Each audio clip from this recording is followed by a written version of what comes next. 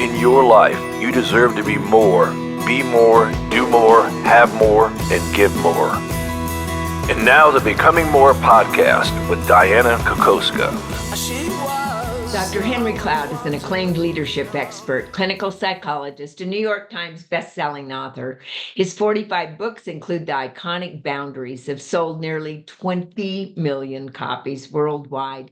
He has an extensive executive coaching background and experience as a leadership consultant, devoting the majority of his time working with CEOs, leadership teams, and executives to improve their leadership skills and their performance. Their culture is very important as well. And so I want us to listen to Dr. Henry Cloud because he founded and built a healthcare company starting in 1987, which operated inpatient and outpatient treatment centers for 40 markets in the Western U.S. There, he served as clinical director and principal for 10 years. In the context of hands-on clinical experience, he developed and researched many of the treatment principles, methods that he communicates to audiences. After selling the company, he devoted his time to consulting and coaching, spreading principles of hope and life-changing through speaking, writing, and media. Throughout the same years and until the present, he has devoted much of his career to leadership performance and development, blending and disciplines of leadership and human functioning to help CEOs, teams, organizations, and family entities. From his early clinical training, Dr. Cloud became interested in how clinical, psychodynamic, ego, psychology, and objective relationship theory integrated with human performance. Much of his later writings have focused on areas such as neurobiology and brain research that affects leadership and performance. Dr. Cloud hosted a national radio show for 15 years, airing in 200 markets in the U.S. His book, Integrity, was dubbed by the New York Times as the best book in the bunch. In 2011, Necessary Endings was called the most important book you read all year.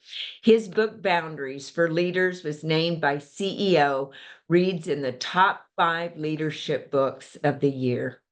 His newest book, The Power of the Other, debuted at number 5 on Wall Street Journal. Now, Dr. Cloud's work has been featured and reviewed by the New York Times, Wall Street Journal, Boston Globe, Publishers Weekly, Los Angeles Times, and many other publications. It's very interesting how Dr. Cloud, though, really focuses on the person, how to make ourselves better. And as speaker, he's one of my favorite to listen to.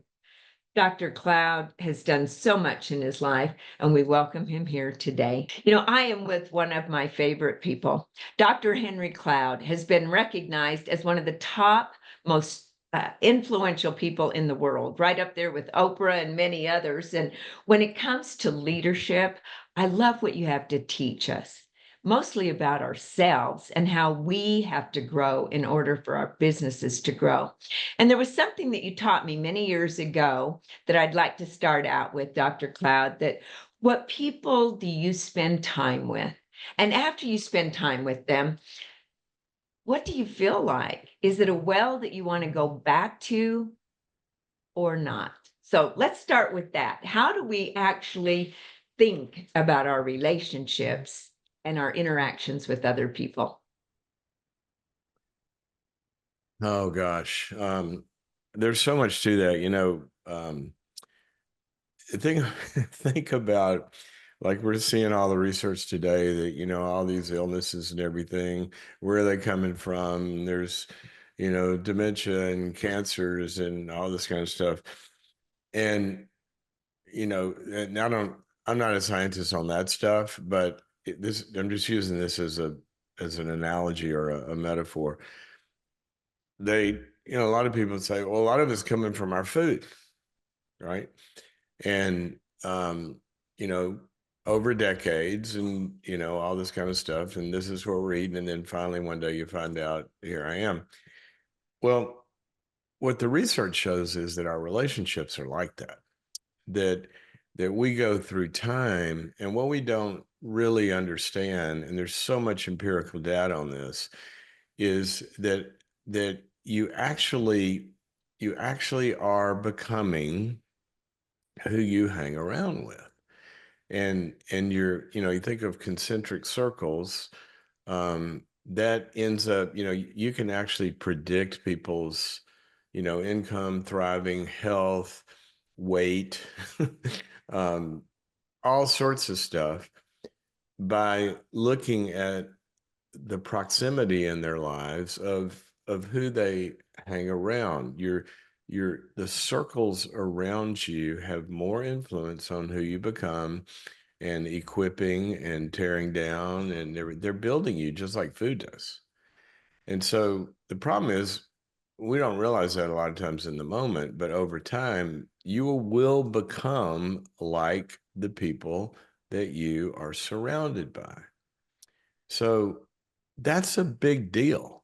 I mean, we shouldn't have to think about this. You look at children with parents, what do? We are made, even at the neurological level, we model and we internalize and we imitate from, that's the way our brains work. That's the way we learn language, it's the way you learn to walk, it's the way you learn to read, it's the way you learn things. And this is such an ongoing, unconscious, preconscious, and even conscious, process. So it's really important that you ask yourself, how do I get in control of what I'm internalizing, and modeling and imitating and learning? And that's kind of the way it works. Now, what I don't want to set up when you talk about that is the idea that I'm only going to be around people who can take me somewhere, who can give something to me, that I'm taking in from. That's not a fulfilled, happy life. I mean, or a successful life. Basically, to be healthy and to grow in your performance, even in something like sales, for example, where you're really driving a number upward, we need three directions in the people that we're around. We need to be around people that are further down the road in some area. This could even be friendships. I've got friends that have more wisdom than I do in certain areas, or more whatever. And just being in those close friendships, and it could be a structured somebody down the road, like a coach or a mentor, but we need to have people in our lives that we're sort of, and I don't mean this in an idealized narcissistic way, but we're looking up to, because we're looking at and watching and realizing, wow, I need to do that. I need to think that way. I need to learn that. And that's important. This is where coaches and mentors and all that, come into play. Secondly, we need to have people that are kind of at our level that we're journeying with.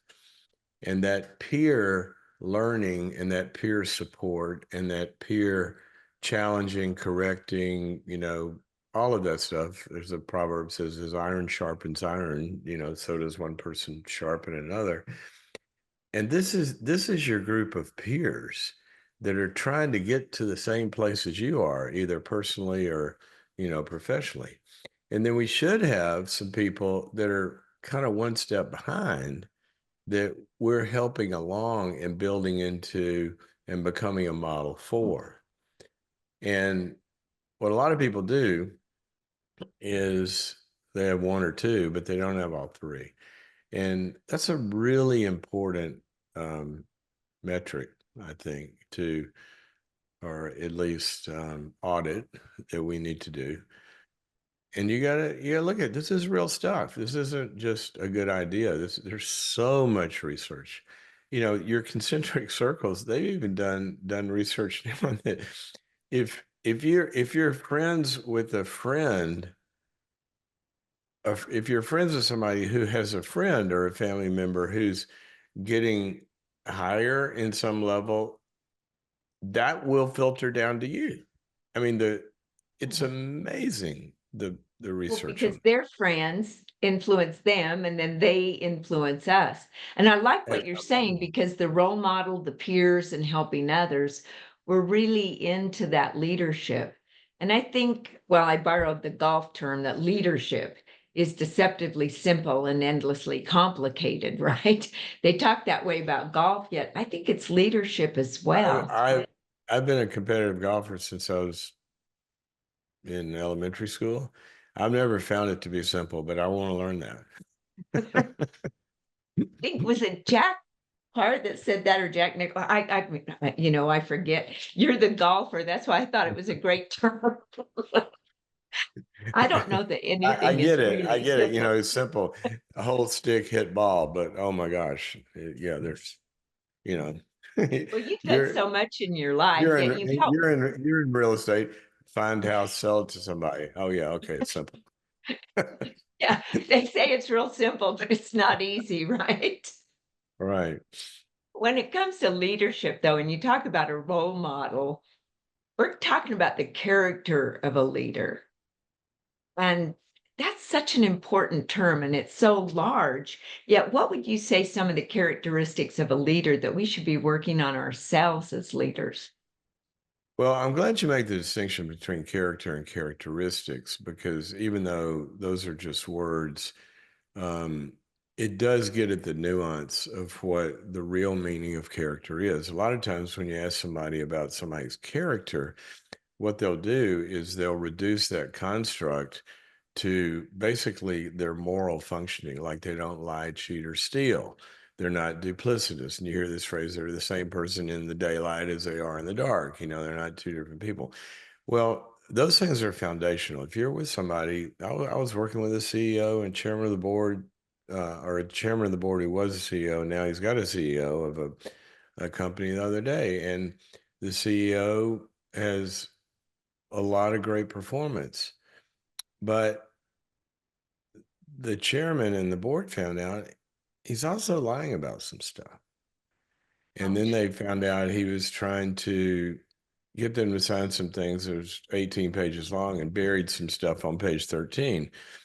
Right. And I had told him this before. This is like the fourth instance of this over 3 years. And finally, this was a big one. And I said way back when, if somebody lies, cheats, or steals, then that's foundational. I mean, why are they even there? You can't build anything on quicksand. But that's not all of what character is. Character really means our entire makeup. So if you look at a character in a movie, they may all be honest or ethical, but their makeup is so different that creates an arc, and they create different results based on who they are. It's just like all the research that shows, Harvard did a gazillion-year study on this, and you take people at the C-suite, they all look alike in terms of IQ, education, years in the industry, business acumen. They're all brilliant, but there's this delta of high performers that they, back in the 90s, they lumped this into EQ, but really that's characterological makeup of the person. So then we're getting to things like, what is their ability to emotionally connect with people? What's their ability to embrace and move towards negative realities without becoming amped up or going into a black hole or getting angry or pushy or controlling? What is their own emotional, regulation look like?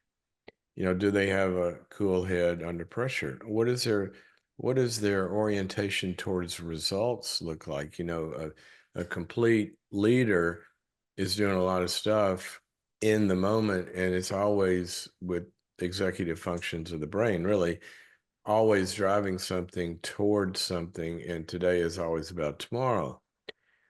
All of those factors, what is their ability to assimilate and accommodate reality and information? Some people, you tell them something, they immediately, well, that's not true, because they have a lot of confirmation bias in their head. They're cognitively rigid, versus their ability to take in that data and get it in their head and say, okay, well, let's look at that and mull it over. And then if it is true, to accommodate their own view of reality, to make a shift in understanding. We call that wisdom. What's their curiosity? What's, there's so many, character is such a complex issue. If you just go read the front page of the Wall Street Journal any day, and somebody got removed.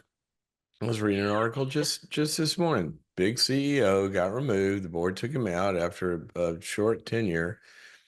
And it wasn't because he didn't know the business. It wasn't because he didn't have a 3,000 IQ. It wasn't because he didn't know the product line, the markets, the distribution channels, all that kind of stuff. It was because they said he moved too slowly. Now, they didn't do the drop down window on that, but if you double click on that, I guarantee you what you're going to find is that there may be relational conflicts and that keep them from making decisions that somebody's going to be upset with.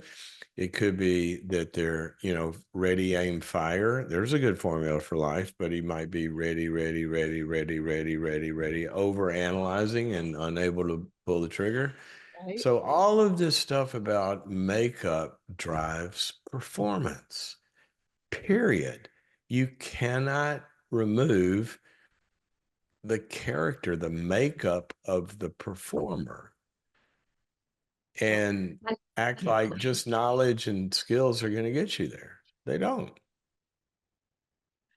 Well, you Talk bring to up any so many board things who's in not that. fallen in love with some new person and put them in the chair, of CEO. And then they find out 6 months later, oh, good night, what have we done? It wasn't because they were That stupid. person's not going to work. Yeah, you brought up so many things in that. You brought up EQ. You can't build anything on quicksand. I do like that phrase. Now, you wrote a book on integrity. So when you were talking about it, they're lying, stealing, cheating. That book was a bestseller. Of course, most of your books are bestsellers. So I guess I could talk about anything. I Well, really like that part, though. The integrity is a big issue with many companies. There's so they want to spin stories to where it makes the company look good. What do you think about leadership and the integrity issue? well, the big idea in that book was the title. The book is really about our misunderstanding of that word. Generally, when people think somebody's got integrity, they do just go to the moral components. Well, that's a part of our integrity. Integrity, think of integer, where the word comes from. An integer is a whole number. It's a complete number. Integrity means to be integrated. So a leader has all of these different parts, including moral and ethical functioning, but all of these parts so they can deliver to the demands of reality. And those may be interpersonal demands, they may be market demands, they may be team demands, they may be customer demands, but it takes an integrated person to be able to deliver in all the different contexts in which the higher levels you go. I always tell leaders, do a great job. Because if you do a great job and you solve all these problems, you'll get promoted. And you know what happens then? You get bigger problems. That's your reward. When it comes to problems, if you're not a problem solver, don't be a leader, for heaven's sakes. I don't know if it was one of your one thing, which I listen to every morning. I really do appreciate you taking your time to do those, especially the one where you were at a convention and you're walking down the hall actually doing it, so talking to all of us like we're right there with you. Yet Well, you it's basically to give it a little context. The one thing is something that our subscribers get every day, and it's one thing I want you to do today, just one little thing. And so, uh, some of those come from my actual, consulting work, and I'll walk out of the meeting and go, "Oh my gosh, what did we just see happen?" and that'll drive one of them. Some of them may be coming from research. So that's what it is. It's a little daily video our subscribers get. Well, and I'm a subscriber. I highly recommend, if you're listening to this, go on and listen to Dr. Henry Cloud. Go, and the way you get to Learn all it, go to this website, go to boundaries.me, and there's over 100 courses on there. And that's Well, I haven't taken them all. I've taken some. You talked about, you said everyone needs anchors. And like a pilot has a checklist, we all mhm. have to have anchors. And there were 4 anchors that you spoke about. How important are anchors in leadership, and what are some that you would give to us? Well, I started using the term anchors, gosh, years ago, because I would have a very familiar thing that I would see over and over and over, that leaders and business people would find themselves negotiating problems, right, and challenges. And they would kind of, their default would be to go tackle that and treat it as what it is. Well, that would be a little bit like a doctor who, when they see a fever or an infection, you know, just giving something for the pain, give them a Tylenol or maybe give them a little, you know, antibiotic or something. But that's not how doctors operate. They're looking at that problem and they're doing a root cause analysis of the problem. If you go to a doctor and say, I got a fever, they don't say, well, you've got this. And that's not what they do. There's a bunch of things that can cause this, but they are anchored in an understanding of how things work. And when they see a cluster of symptoms, it tells them this principle is being violated in the body. And so then they know what to do. So I kept having this experience over and over. When I talked to leadership teams, I would, one of the things I love to do is I call it my 3x5 game. And you have an executive team, there's 6 or 7 people, and I go, okay, you folks are leading this company, right? You're leaders, and they all nod. Say, okay, I hand out my 3x5s, and it's in silence. In the next minute, I want you to answer this question: what does a leader do? And 6 or 7 people, I would get 6 or 7 different answers. And I go, okay, you guys are leading this thing and you can't even agree on what it is you're actually doing as a leader. And so this is just one example of an anchor. So what I did was kind of do a factor analysis of all things leadership. And, you know, what the leadership really is about moving something from here to there, right? You're at this place in business or life, and there's a desired future state called a vision, and you've got to move to get there. And if you're a leader, you're doing that through people, and there's a path by which that happens.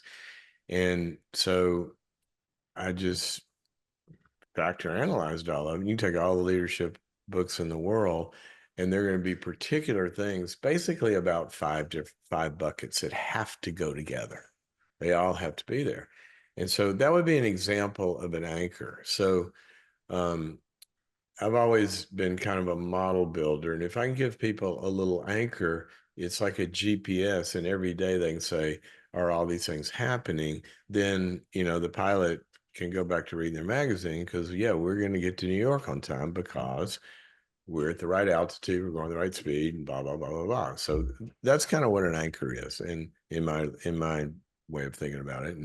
And we need some anchors in life to know you don't build a plane without knowing the laws of physics. There's a few of them you ought to know before you stick a wing on a fuselage. I hope so. And start flying. So that's what I mean by anchors.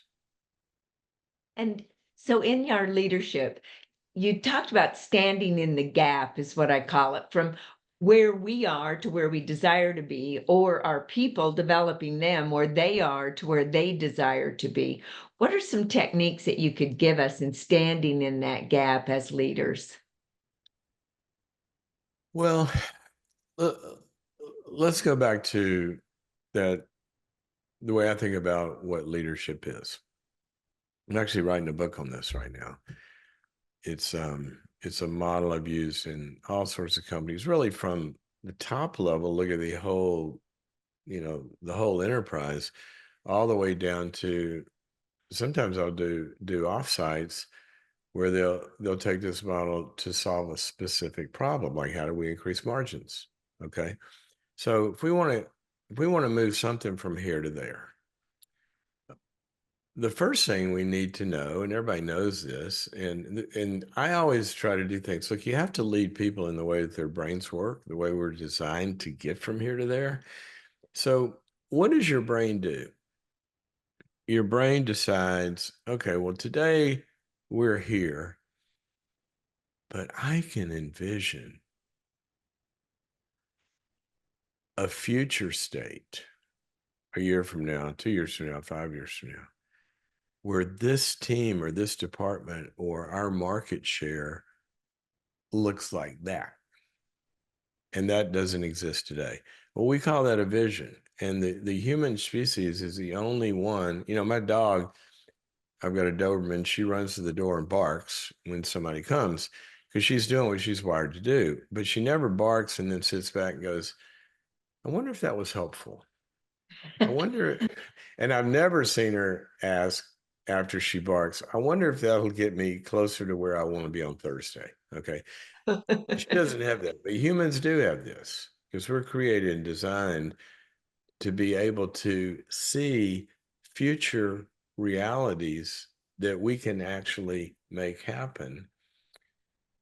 But we got to see them first. All right. So we call that a vision.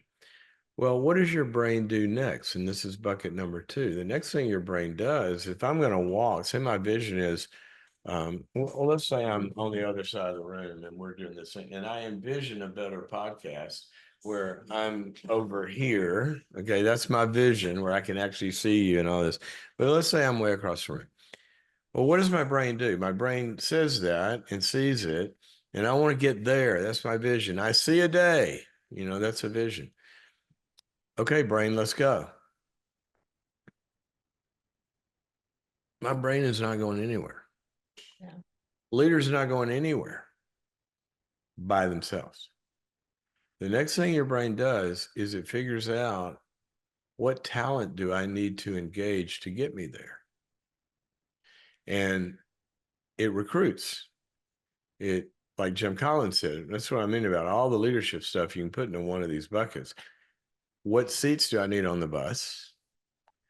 And then who's going to fill those seats? But the first thing is, what talent do I need? Not the person, but what capacities do I need to get me there? That might be outside talent. It might be internal talent. It might be, how many times have I gone to a company and said, look, after doing all the interviews and figuring things out, I said, you're one hiring away from success. You're just missing a key talent in this picture. So the brain will figure out, okay, I need a couple of legs, I need the eyes, I need an inner ear to focus me.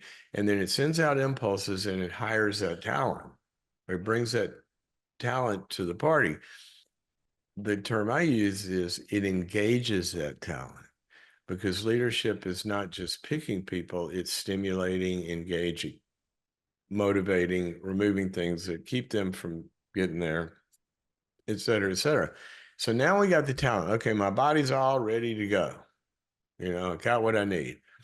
I've said to some people, you're one firing away from success because you got the right chair, but you ain't got the right person.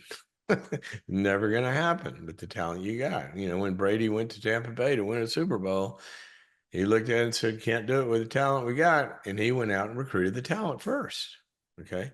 So now we got the talent. Okay, well, let's go. And let's go across the room. Number 3.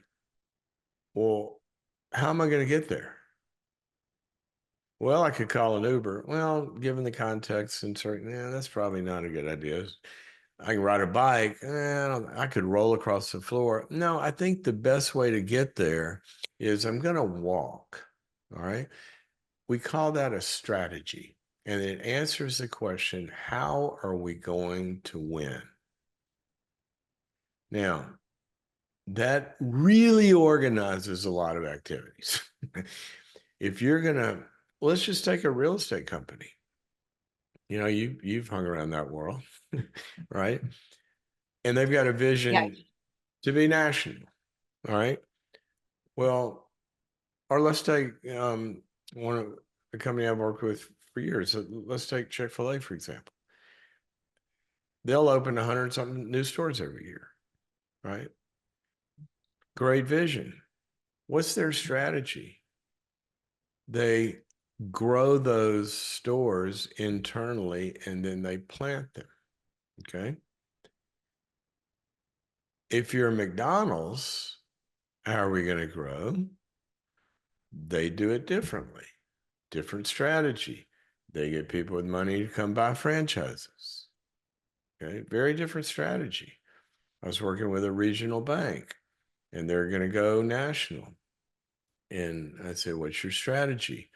Because they wanted me to integrate the culture of what? Banks that they're acquiring, and they want to morph them into their culture. They're not going to grow their own. They're going to acquire existing banks and then more. Neither one is right or wrong, but you better know what your strategy is. Are we going to win this game with a passing attack, or is it going to be a ground game, depending on the market conditions, right? So strategy is essential. So if I know I'm going to walk across the room, the underbelly of strategy, because a lot of people have strategies, but they don't do the underbelly that your brain actually does, which is a plan. And the plan says what has to happen, who's going to do it, and when.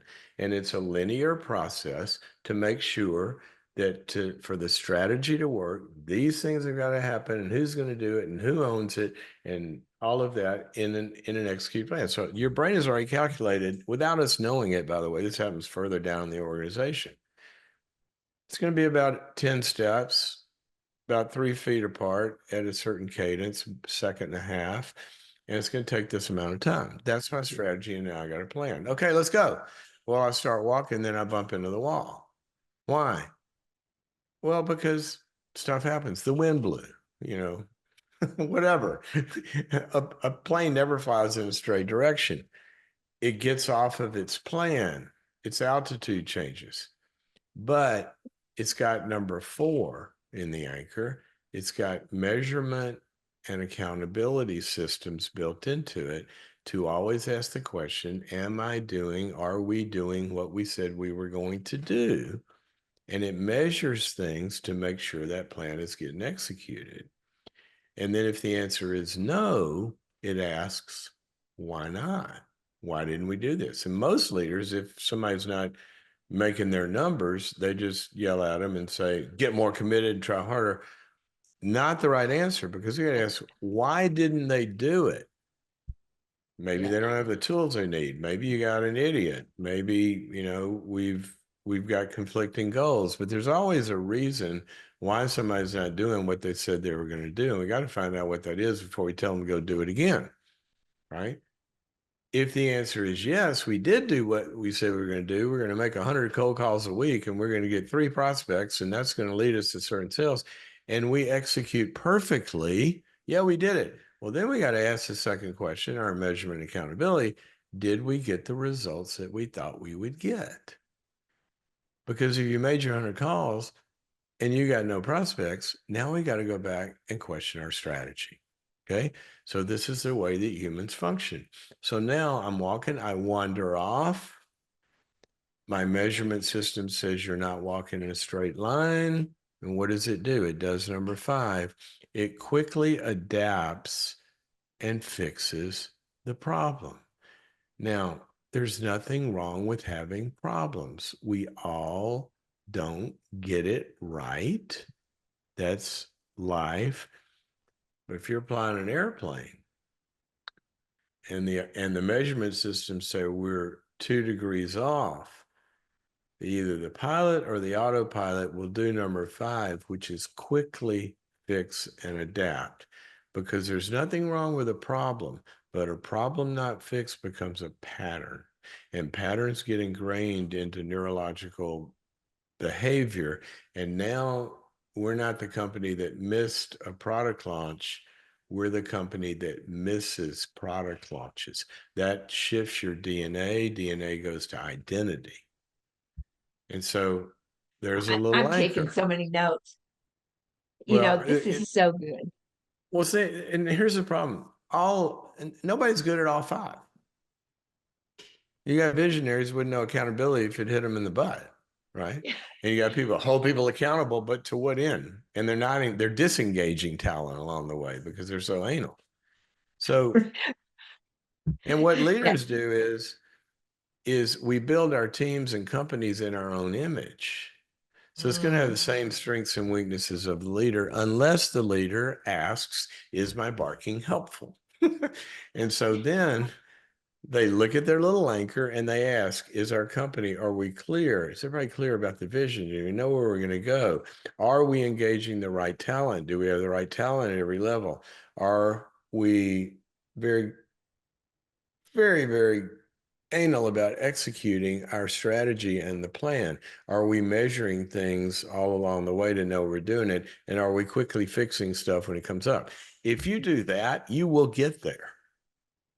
It's a simple Well, little anchor, but oh my gosh, it's so. why do you think people struggle with that? Because it is simple, it's just not easy, like we said earlier. And you work with so many companies out there. I'm certain that you see it all over, that maybe it's number 1 or number 5 or whatever anchor it is.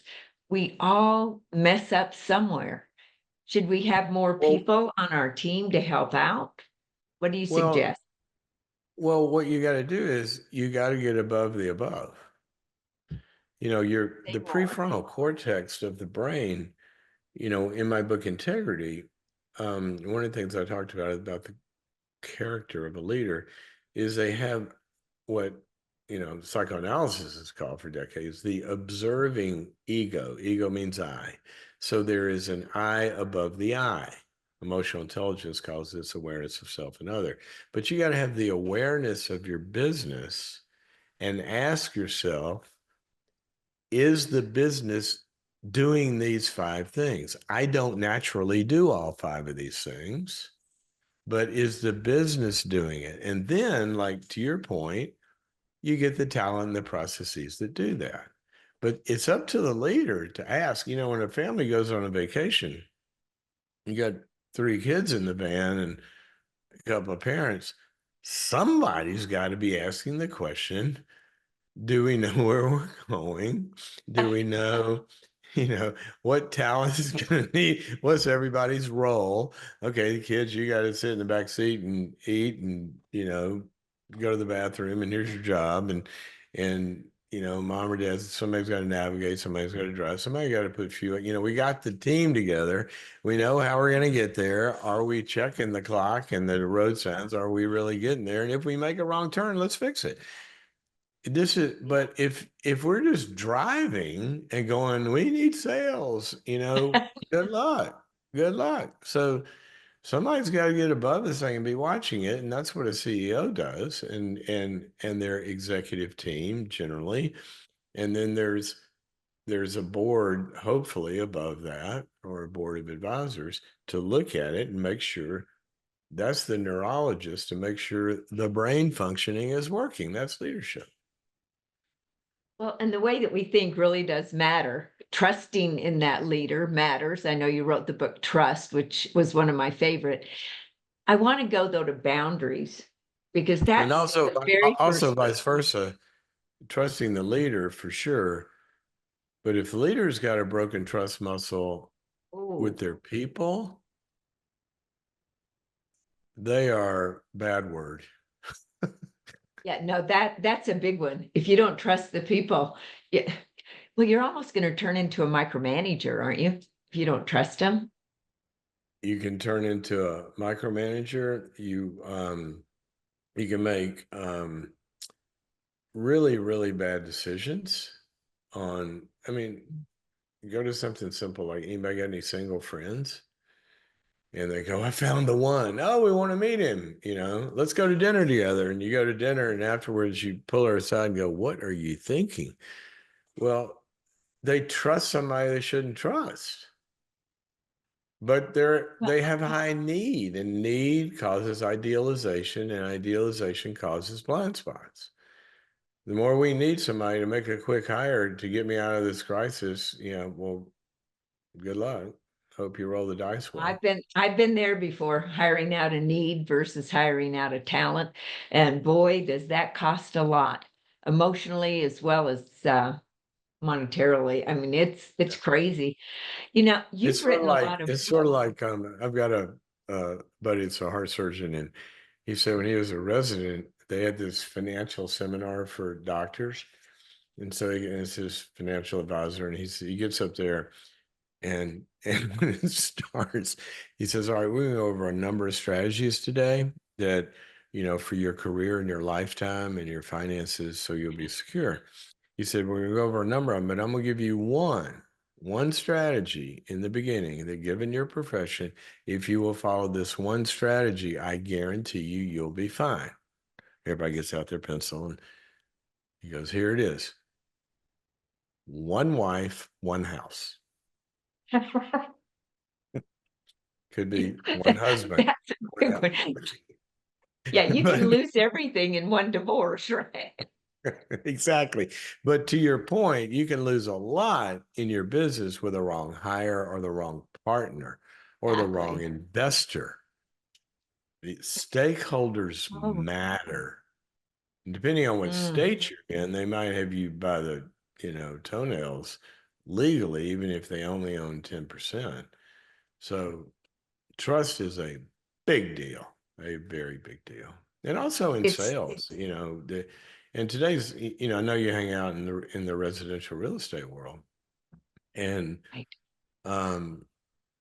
things used to be pretty fixed, and this is the way it worked, right? Well, now, and this is my more than limited understanding, but I'm not in the business, but people I have worked with, now the dynamics of gaining trust to get a listing and or a buyer, that trust is going to be the big deal. That in this sea of chaos, the ones that are going to win are going to be the ones who drive the dynamics of trust. So either side of that transaction realizes not only do they need you and you understand them and you're going to do something for them, but that they can depend on it and they can't do it without you. That's a big deal in that business. It's interesting because, well, you and I were in the plane. You were riding back from Highlands, where we were with John Maxwell, back to Austin. Then you were going to fly commercially to LA. And so here we are in the jet, and Linda McKissick and I we're just hounding you with questions. I mean, after all, and I know you did a recording with her on her podcast on trust. And so I highly recommend people go and listen to that one as well, because it was very good. I wrote a book on it. If you want to take your teams through it or something like that, it's all right there in the book, Trust.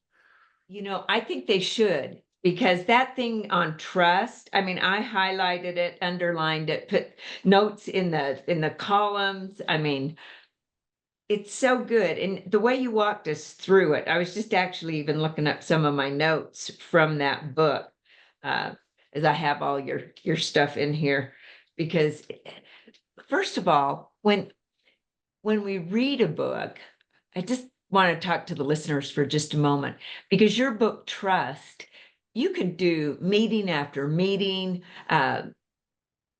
teaching after teaching on just those items on trust, on the steps that people go through and the things that they look for. And so, by the way, that's another example of what we call an anchor. Right? that little model, that's an anchor. It's like a GPS. And when you're hiring somebody, ask yourself, and the trust model has 5 pieces to it. Ask yourself if I can check all those boxes before I trust somebody, before I hire somebody. And or if something's broken down, ask yourself which component of this is broken down. It's going to be one of them. Then it gives you a Well, path to go on. and awareness being the first step to change, what I hear you saying to all of us is always check. You said observer before, being a great observer. Observation is something that when people are good at, they go so much further. Do you have any ideas or techniques that you can give us on how to improve our observation? Well, back to character, and now we're getting into some of the structural moral aspects of it. The first thing is the most important question any of us can ask in life is, am I God or not? So tell us more about that because I like It's, that. well, it doesn't matter what faith you're from in terms of that question. But a lot of people would say, well, of course I'm not God. I mean, I'm a psychologist. Somebody thinks they are, we put them in a hospital, right? And give them medicine. Right. But what do we give them medicine for? To reduce their omnis, their feeling of I'm omniscient. I know everything. I can be omnipresent. I can control everything around me. I can do it all. Their omnipotence. I've got power and control past to even over other people. I can control people. I can control outcomes. And once we realize our name's not Omni, then the quality that we call that, back to character, you said, how do I gain awareness? The first one is once I realize that, then I've got to admit something, and that is an aspect of humility. I don't know everything. I don't know everything. There are unknowns that I know I don't know. And worse than that, I've got unknown unknowns. There are things I don't know that I don't even know I don't know, and I don't even know that those things exist. So before we can be an observer, we've got to really admit to ourselves, I don't know everything, and I better give up all of my assumptions that I do and my understanding as I know it, and realize that it could be right or wrong. But now I'm humble enough to shut up and listen, shut up and observe, shut up and question. There's a big theme out there in today's world. Aha, big, discovery we made recently. Curiosity is a great trait to have. Wow. Well, how do kids grow? Because they get curious about stuff and they go ask and they look and they taste and they touch and they fall down and they get up and they correct and they turn to people and learn from them. And so, you can't be an observer if you don't think there's anything to observe that you don't already know. And worse than that, even if we know, let's say we're dealing with a person, you kind of know what they're like. There's a proverb that says a person's heart is deep intentions, motivations, okay, plans, agendas. And the person of wisdom draws them out. Okay. Great negotiators listen a lot more than they talk. That's right. And even the data on sales, you can even predict, the curve on sales by does the salesperson talk less than the customer? Okay. Right. When we're listening, observing, then you're finding out stuff. And then take the second step and get curious about what they've said, and then you'll find out what they know about what they've actually said or what's driving that. When you ask somebody a question about their answer, you've double-clicked on a whole web page. And sometimes it may come up with, they'll just repeat the answer, and then I know, oh, well, there we are. Sometimes you might find out there's something else driving that, which is the real need of the transaction. They're haggling over this deal point, but really behind that is maybe different terms would solve a need that you haven't heard yet. And we can agree to that price if we change the terms, or we can agree to this if we do that. But we don't know if we're not observing. And the great, I deal with a lot of family offices who are very, very sophisticated in real estate, purchases. And I've got one family office that has 600 employees. And a lot of those are analysts. They're observing these markets and they're observing this stuff, and they don't assume that I know how to buy and build a building, or I know how to, we got to learn. And so remember I said, ready, aim, fire. It's good to get ready. And ready comes from observing. Is my gun clean? Is it loaded? That's a good one. And then aim, what am I trying to hit? And then the ability to get over the fear and pull the trigger. Some people are, fire, ready, aim. And there you go. No, that's very true. That's for sure. Think about a real estate transaction. What do? You fall in love, right? It meets your criteria. There's a whole list you have, how it looks, where it is, are the schools nearby, can I afford it, who are the neighbors going to be, how long do I drive to work, all this kind of stuff. Okay, I'm in. Well, you don't write the check and get the keys. No, then Right. we go through this period of, to your word, observing. What do?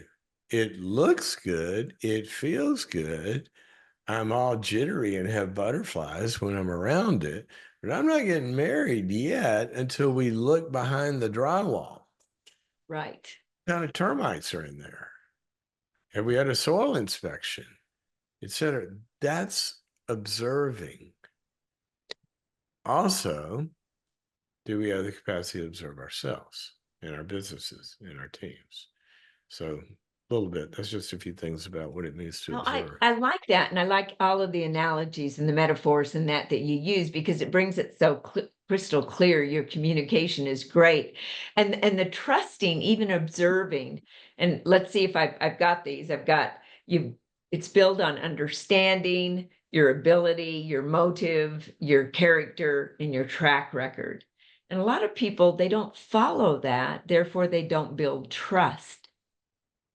Right. Or they make faulty decisions with untrustworthy people. Ooh, that's a good one. Can we trust too much? Absolutely. Yeah. Absolutely. If you don't think so, I got some land I want to sell you. You got your checkbook? Yeah, I'll tell you that's a big one. And I know And there's time-wise. also all these diseases of trust. There's the halo effect. Okay, Right? tell us about that. This is how Bernie Madoff did what he did. You go to billionaires and, hey, I want you to put this money in my fund. Well, tell me about it. Well, your buddy so-and-so invests in it. Oh, well, if he's in, I'm in. We got a halo effect. What they don't know is the halo effect is how the buddy got in, because somebody else got in. And so our trust muscle can be infected with all sorts of stuff. And we need to really learn. I mean, it's very simple. Like you said, check the 5 boxes, but you can't do it on autopilot.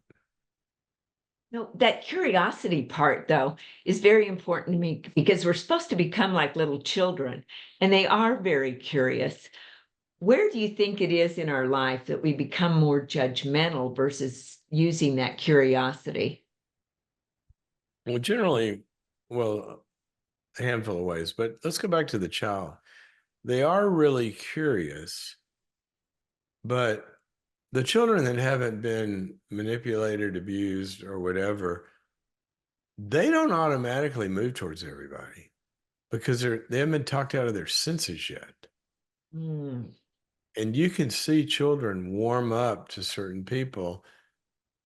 I'm talking about normal children and not others. You know, I was a bank teller for a summer in college, and you need to know how to trust the money, right? Is this a real dollar or is it a counterfeit? Because you're going to handle a lot of money at a teller's window. Well, they don't teach you to trust money by showing you all the counterfeit money in the world. There's too many variations of that. What they do is they lock you in a room and you play with real money for hours. Wow. You know what the real thing is like. And then when the counterfeit comes, you hit pause. You know, that doesn't feel right. That doesn't seem right. Well, a lot of people, that's just my senses and my intuition. See, sight, sight, smell, touch, taste. We come into the world with those senses, but a lot of people's trust muscle is broken because they maybe you grew up with a narcissist who invalidated your experience. Oh, that doesn't hurt. Mm. Oh, I only Oh, do yeah. this because I love you, or that didn't happen. No, you're over exaggerating, and so people get talked out of their senses, and so they really don't have. One of my favorite Bible verses is solid food is for the mature who through practice and experience have had their senses trained to discern good from evil. And so this is what emotional intelligence focuses on, the awareness, self-awareness. Why do I feel weird after talking to that person? What is that? We got to ask that question. It may be that they're a slime ball. It may be that my trust muscle is, like you said, I'm too suspicious or paranoid or critical because I've been burned so many times, I don't trust anybody. And Right. that's an equal problem. I mean, that's a poor delegate. I was on an airplane when I was writing the trust book, and I was doing some research on trust, and the guy sitting next to me, he said, "What are you doing?" I said, "I'm researching trust." He goes, "Oh, well, I don't trust anybody." I said, "Really?" He said, "Absolutely. You can't trust people. I learned a long time ago. You can't trust people. I don't trust it. I only trust myself." And I'm like, Wow. "Yeah, he said that." And I'm like, "Well, I'm a psychologist and you're crazy." He's like, "Well, what do you mean?" I said, "Don't tell me you don't trust anybody. Look out the window. You're at 40,000 feet. Did you get yourself up here? How do you know the guy that put fuel in the plane didn't load it with chocolate milk? You trust a lot of people every day, but if I heard your story, I bet you've been hurt in some key significant betrayals or wounded somewhere, and that's affected certain ways that you trust, and I bet it's cost you. Let me hear the story." And you see these patterns, and nobody is going to scale anything without trust, or you're you're gonna have a very small operation. Very small. I mean, Elon's out there today and he's not screwing in the rivets on the next spaceship. No, he wants to be the biggest in on the earth. He doesn't even say in the world anymore. On the earth, we're Past going to the be the Earth. safest place In to the, work on the earth, right? We're going to have in the the best people on the earth. We're going to sell everything to everybody on the earth. So, one thing though that I want to hit on before our time is up, and I know I'm keeping you a little bit longer, is boundaries. Because that Mm, was the first book that I actually got to read of yours that I thought, I've got to meet this guy. And then I was in Atlanta with John Maxwell, shadowing him one day behind the scenes. And I was able to meet you because you were one of the speakers. And by the way, if anybody needs a speaker and you're listening to this, hire Dr. Henry Cloud. You will not be disappointed. Your people will learn a lot, and he will help the culture of your company in so many ways. Now, back to boundaries, though, because you've got boundaries on dating, boundaries on marriage, boundaries for women, boundaries for kids. Yet that first book, what inspired you to write about boundaries? Well, very specific answer to that question. I wrote a book before that. My first book was called Changes That Heal.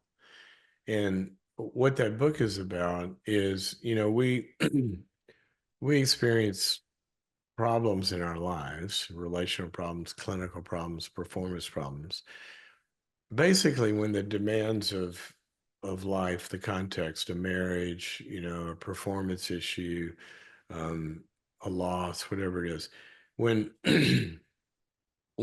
when life has a demand on us, that demand is going to hit the structure of our characterological makeup. In other words, it's like an airplane has integrity, and it can handle certain kinds of turbulence. If it has more turbulence than it can handle, it's going to really have problems. Well, developmentally, when we grow up, we're being constructed with a structure of our makeup. And there's four big developmental steps that are like building a house. You pour a foundation, you have a frame, then there's regulatory systems within it, and then there's what the house is going to do. Well, the way that a human is constructed, the very first developmental capacity that's built is the capacity to form emotional attachments. We live on that ability from the womb to the tomb. In the first year of life, you can't play checkers with a baby. They don't even have they don't even think yet. No, That's they'll a put it in their second. mouth. Right. There you go. That's a secondary process. It develops as the brain develops in the second year of life. The first thing is we need to develop connectedness. Okay. Well, people don't develop connections and the ability emotionally attach to others and take in love and give love and have, that's a cohesive team. It's a cohesive marriage. It's a cohesive group. We've got to be able to connect. All right. Well, that's number one. Well, once I'm connected, what happens then? Well, the next thing that happens is I start to push against who I'm connected to, not in a fight, but to exert my own will and autonomy from the people that I love. That's what we call boundaries. Okay, so now I'm connected, but I'm also realizing my freedom and my separateness from the people I'm connected to. That's boundaries. Some people don't develop good boundaries, and all of their relationships have control of them or can abuse them or hurt them, and they never can set the limit and say, no, I don't allow that in my life. You can do that if you want to, but I'm going to free myself from your control, manipulation, abuse, or whatever it is. That's what a boundary is. When you sell somebody a house, there's a boundary, what they own, what they control, okay? And they're free from their neighbor being able to step over the fence, we call that a trespass, and paint their house green. They can't do that. No, Hope not. right? You can't do that to me. I won't allow it. Well, interpersonally, we don't have wooden fences. So interpersonally, we have dynamics where people step into our brains and control us, and they want to manipulate you and get you to say yes to stuff you don't want to say yes to if you don't have boundaries. So I had written this book, and in my hospital company, John Townsend and I were out speaking a lot on that model. And so we're in a planning meeting with a consultant. Probably a year or two after that book had come out. And there's two more, there's connection, boundaries, and there's a couple more stages in that book. But So we have 4 of them, and then we'd speak on this stuff. And that's where symptoms come from. That's how you resolve depression, anxiety, addictions, blah, blah, blah. So we're in this planning meeting, a strategy meeting. And the consultant says, so when you guys go speak on these 4 things, what are most of the questions about? And we just started laughing. All the questions are about boundaries. That's basically what everybody's struggling with. And he said, why don't you write a book on boundaries? And I remember, I don't know why I remember this, but I remember like it's yesterday. I remember what I said. I said, that is a great idea. And it wasn't because we'll sell a lot of books. Here's what I said. That's a great idea because you write the book, that'll answer all the questions and we won't ever have to talk about this again. Mm. I thought it would stop the conversation. Little did I know, it threw a match on a football field of Like gas gasoline. because everybody struggles with this because we Yeah. love the people we love. We don't want to disappoint them. We don't want to hurt them, or we love them so much we let them hurt us. And everybody's got probably somebody on your team that's getting away with some stuff that's slowing everything down. But I don't want to hurt their feelings. I don't want to fire them. I don't want to cause a conflict. That's boundaries. Well, a lot of leaders, they just don't set boundaries. Do you A lot of suggest that we set the boundaries up front with expectations? What can we do to help ourselves create boundaries? Well, I think the first thing you got to do is you got to understand if you're in a role of leadership, what are the important boundaries? I wrote a book called Boundaries for Leaders. And basically, what it says is that in leadership, there's a handful of boundaries that you have got to realize that you're ridiculously in charge of as the leader. And so the first one is you're in charge, and boundaries are about what you allow and what you don't allow. Basically, it's a property line. This is what's going to happen in my yard, and this is what's not going to happen in my yard. Well, the first one is, what's the emotional climate of your organization? The brain can't work when it's got sewage flowing through the synapses. That's good. If the emotional climate is toxic, then people's brains, their IQs are being diminished up to 30 points, research has shown, if the toxicity is high enough. And am I creating a positive emotional climate? Okay, that's the first one. The second one is something that I call focused attention. The way the brain works is through the executive functions, and the way we get anything done is we've got to attend to what is relevant, inhibit everything else that's irrelevant to that goal, and keep it's called a working memory. That's to keep it in front of us at all times. Okay. If I give you my phone number, okay,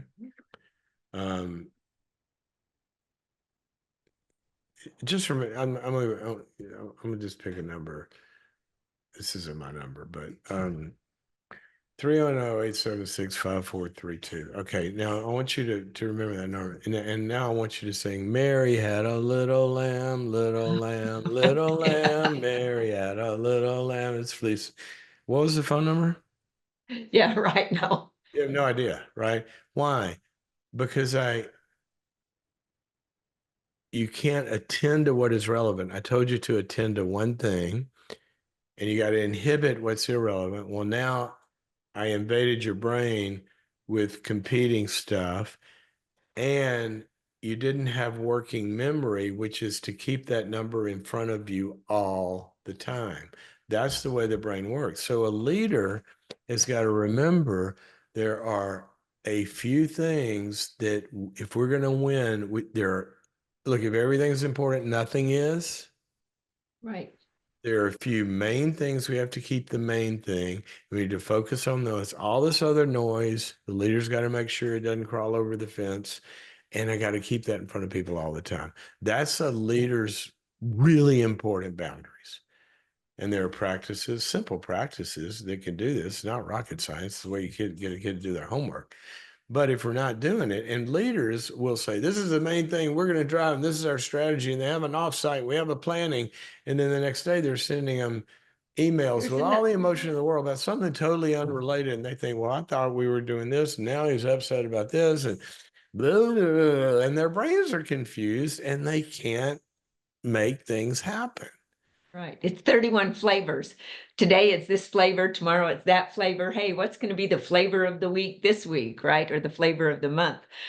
I'm just going to say to all our... Specifically in execution. Yeah. And I'll give you one more of the boundaries. The book has a handful of them, but the other one is the boundaries of control. If everybody does not know, what do I have control of each day that drives the needle? And I really have control of this. This is a lever that I can pull each day. And every lever I need to pull, I'm pulling, is going to drive the needle that matters. Then that helps them realize, am I wasting time or am I working on the right thing? And do I have the freedom to execute? And if the leader has constructed structures, teams, relationships that interfere with somebody being able to control what they control, your performance is going to go down. If you haven't defined the actions that move the needle, given them control, know what the activities are, and then turn them loose. Okay.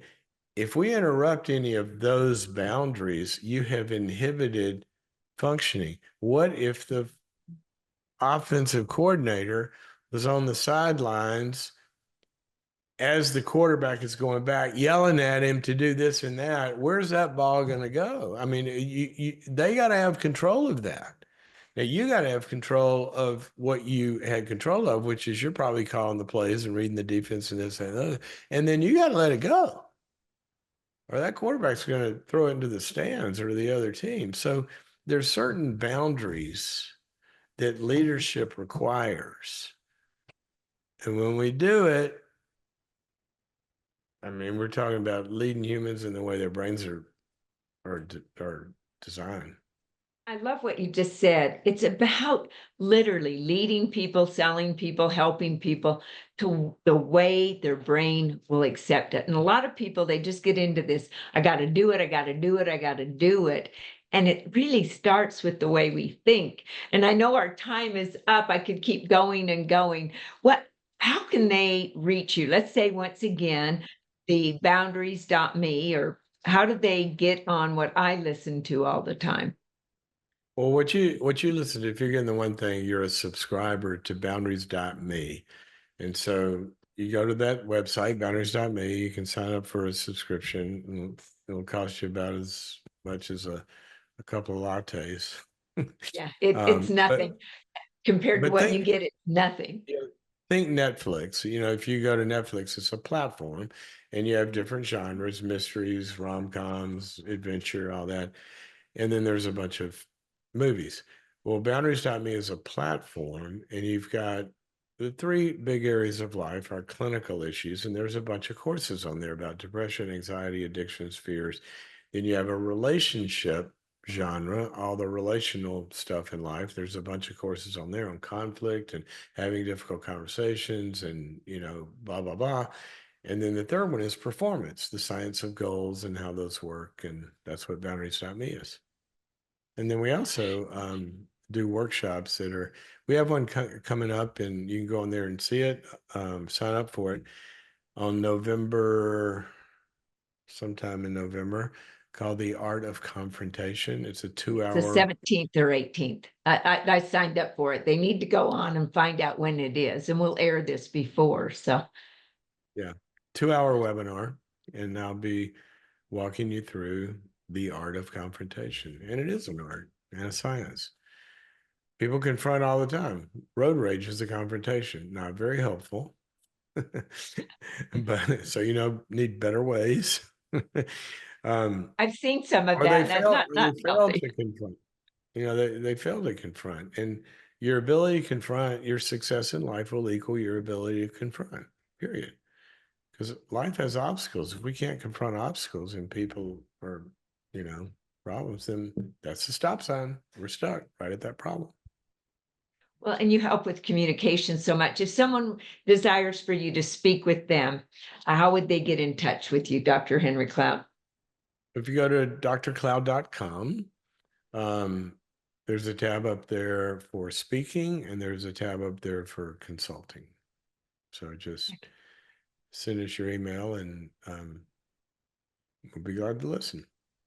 Well, if people saw me looking down, it was because I have taken notes upon notes upon notes here from our podcast today. I just want to thank you so much for taking your time. Are you in LA or in Nashville today? I'm in Nashville today, and Hi. Well, it's a great place. It's a great place to be. And we are just so excited that we were able to be with you today. Thank you for so, your time and your wisdom. by, Please, our by the way, listeners, go ahead. now I know your history is in real estate. I know you deal with all sorts of businesses and coaching and all of that, but just to I just want to speak to your realtors for a second, or the people in that business. I want you to get in a mindset of you're not in the real estate business. Right. You're like a pastor, because when somebody's buying a house, that gets into every single tributary that goes to their heart, their fears about money, how their relationships are going to work, their family, their community. You are you are solving people's angst when done well. That obviously is built on a lot of trust. But whenever we've made a significant purchase in a home, that's not just a transaction. That is life. And when you see it that way, you'll see yourself as not, this person's going to see me as a salesperson or whatever. No, they're going to see you, if it's built on trust, they're going to see you as the answer to their angst. When you look at it that way, you have a high calling. It's interesting because I always said most realtors, they sell a home and they talk about the physical move. There's an emotional move that many people live, they just leave it out. And mindset is so important. Get out of the doing and get into the being part of life, and everybody's going to do better. I really encourage our listeners to go on the boundaries.me. Take some of the courses, especially the communication courses. If you have a difficult, take a course, it's not like you're going to have an exam. no. It's just listening, listening and learning, hopefully. Well, it was like, okay, I had a difficult conversation to have the other day. I went in and I listened to that one little segment, and frankly, they're short compared to a lot of the things that people do. And I listened to that, and it just helped me to structure what I wanted to say, because I really love the person, and yet there were some truths that had to be told. And that's a tough one sometimes, to have those types of conversations.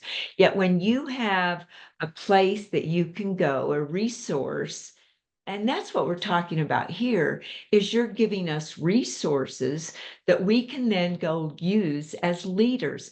And as a leader, we have such a responsibility. And I think people need to ask themselves, why are you a leader in today's world? If it is not to help develop the people that you lead, maybe we need to look in the mirror a little bit more. Yet the courses, the trainings, the films, whatever you want to call them, that you offer those areas in relationships, which is leadership, communication, which is leadership, boundaries, which is leadership, anxiety, stress. That's what we're dealing with our people. If we do not understand what they're going through, then how effective is our leadership? And so Really, I'm stressing once again, those sign up. Listen to what Dr. Cloud has to say. We just so appreciate when we were in my plane and flying back, I knew at that point I had to have you on a podcast. And what you have taught us today in all these different areas, like I said, I probably took 10 pages of notes. I'm going to go back and listen to it. I suggest each one of you go back and listen to it over and over and over again. Have the people that you lead that are building the leadership listen to it as well. Thank you, my friend. Really appreciate you. Really good to be with you. Thanks. Bye-bye. In your life, you deserve to be more, do more, have more, and give more. And now the Becoming More podcast with Dianna Kokoszka.